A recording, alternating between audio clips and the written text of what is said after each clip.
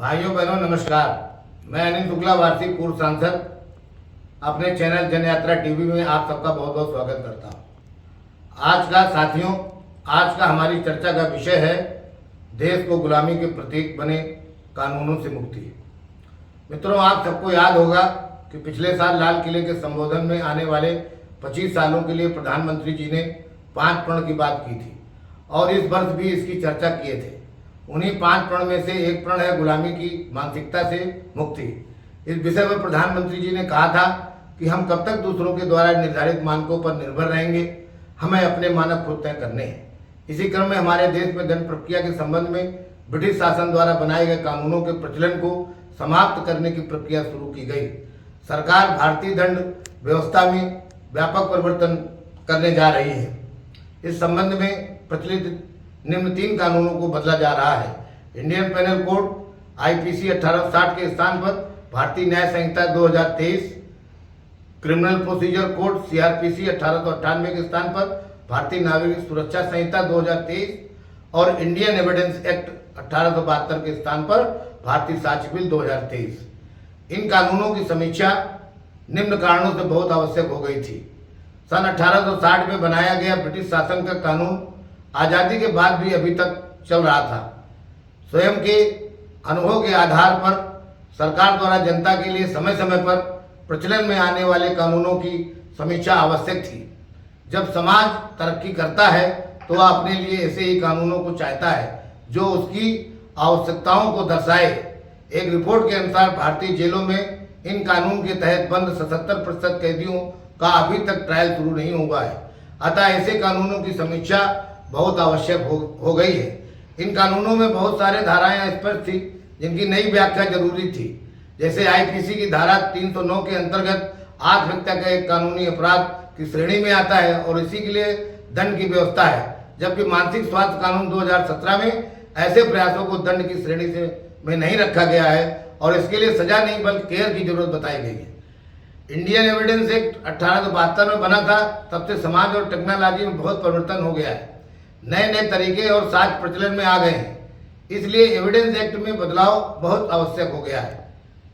साथियों, उपर्युक्त के अतिरिक्त एक रिपोर्ट के अनुसार करीब 5 करोड़ मामले भारतीय न्यायालयों में विचाराधीन हैं, जिनमें लगभग 2/3 मुकदमे आपराधिक पृष्ठभूमि के हैं। अतः इन कानूनों की समीक्षा बहुत आवश्यक हो गई थी।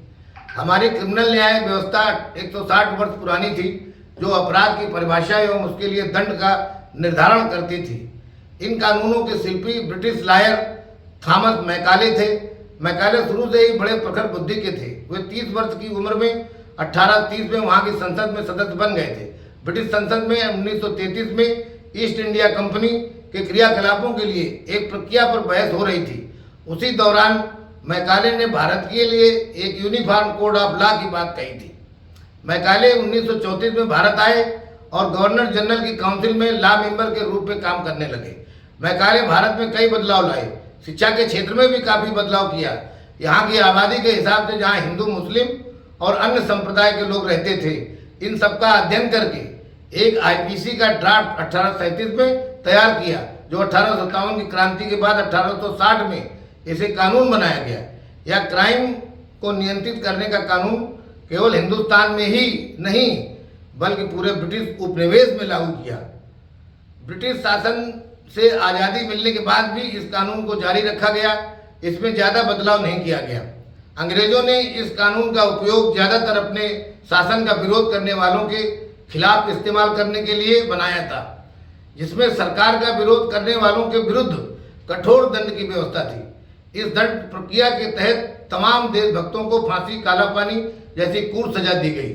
1947 में आज़ादी और 1950 में अपने संविधान लागू करने के बाद भी संविधान निर्माताओं ने इस दंड प्रक्रिया को ऐसे ही जारी रखा। इन कानूनों के बदलाव के लिए किसी ने राजनीतिक इच्छा शक्ति नहीं दिखाई और ये कानून इसी प्रकार चलते रहे। समय बीतता चला गया, तब से अब तक सामाजिक और राजनीतिक व्यवस्था में काफी परिवर्तन हुआ। अंतर्राष्ट्रीय स्तर पर बहुत उलटफेर हुआ। राष्ट्रीय स्तर पर भी अनेक प्रकार के राजनीतिक और सामाजिक बदलाव हुए। अपराध की परिभाषा, देशद्रोह की परिभाषा, वैचारिक स्वतंत्रता की परिभाषा, ये सब बदल गई। नए प्रकार के आंदोलन, नए नए विरोध के तरीके पैदा होते गए और इन सबको अभिव्यक्त की आज़ादी कहकर संरक्षण मिलता रहा।